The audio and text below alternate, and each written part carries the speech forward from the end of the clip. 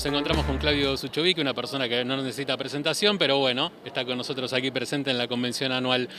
Recién acabamos de escuchar una nota muy interesante que hiciste con un premio Nobel, con Joseph Stiglitz, una personalidad muy importante dentro del mundo de la economía y muy polémica también. Pero bueno, nos gustaría que nos cuentes un poco qué mensaje podés rescatar de bueno, esa hora prácticamente que estuviste conversando con él. Bueno, primero gracias. Gracias a la Cámara finalmente, porque para mí es un honor poder hacerlo.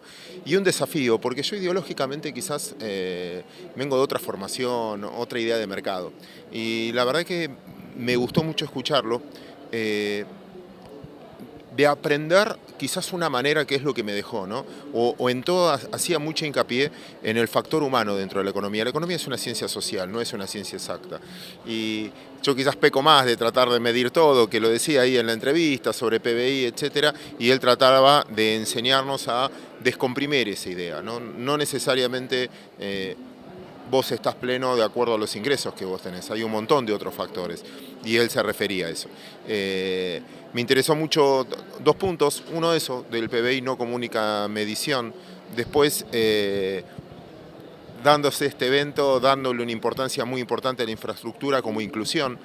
Recuerden ustedes que la construcción es, te diría, una de las actividades principales que incorpora gente sin tanta formación técnica previa, y eso incluye rápido. Cuando se levanta una obra, albañiles, pintores, etcétera, incluye mucho más rápido que otra que necesita otra especificación o especialidad.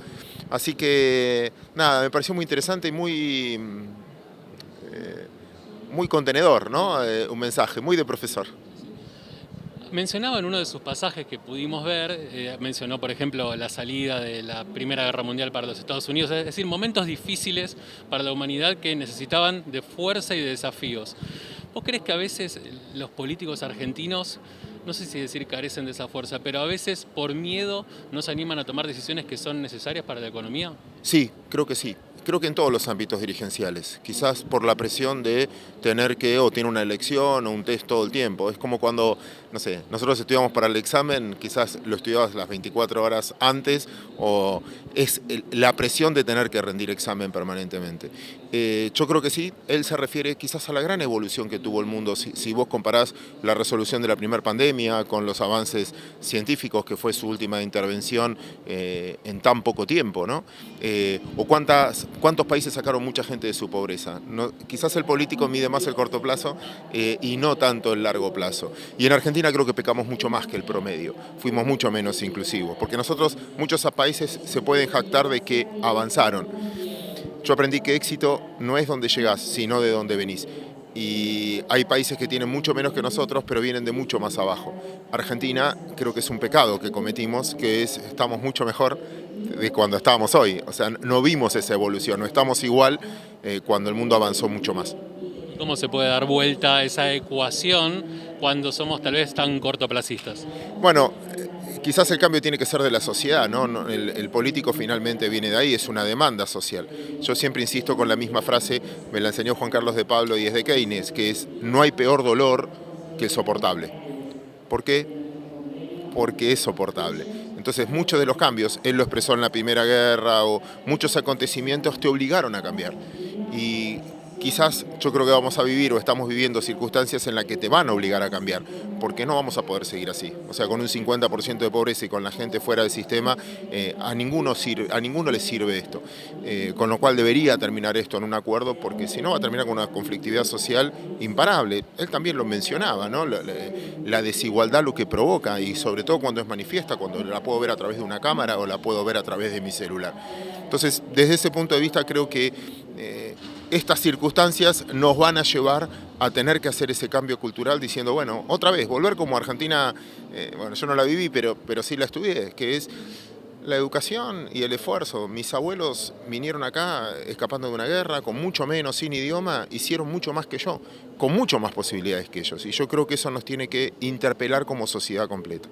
¿Crees que después del resultado de las elecciones, sea cual fuere, habrá algún tipo de consenso entre ambas partes? Me refiero oposición y oficialismo.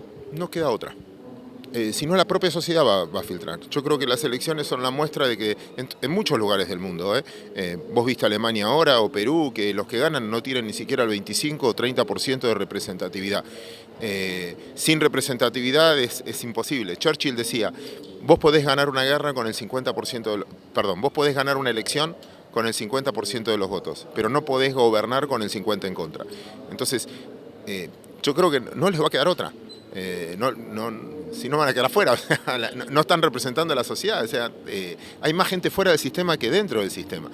Entonces, muchas veces nosotros, no sé si nosotros representamos al público, ¿viste? Cuando desde el punto de vista periodístico, si un sindicato representa a los trabajadores, si una cámara representa a los verdaderos empresarios o a las pymes que se están movilizando. Entonces eso nos interpela, repito, como sociedad, y si no, el mundo te está demostrando que quedan afuera, salen emergentes completamente distintos, que es una lotería eso. La última, Sucho, hay muchos economistas que han incursionado en la política. Bueno, ahora Martín Tetaz, en breve ya es diputado, Martín Lustó. ¿Te gustaría? No sirvo. Sí agradezco mucho que esa gente haya entrado, porque dinamiza la economía y sobre todo gente que dan una batalla cultural. Agradezco mucho, no sé, tipos como Javier, como Milei, como Martín Tetaz, como Lustó. Bueno, Lustó ya hace tiempo, ¿no? Lacha Lázari, hay un montón que se volcaron. Lo mío es más cómodo, está buenísimo que ellos lo hagan y den una batalla cultural de que es importante. Es muy importante la educación desde ese marco, ¿no? de el valor humano, de la individualidad, de que uno pueda aportar también desde ahí. Pero no, a mí yo no sirvo, no sé. Gracias, Sucho. Al contrario, un placer.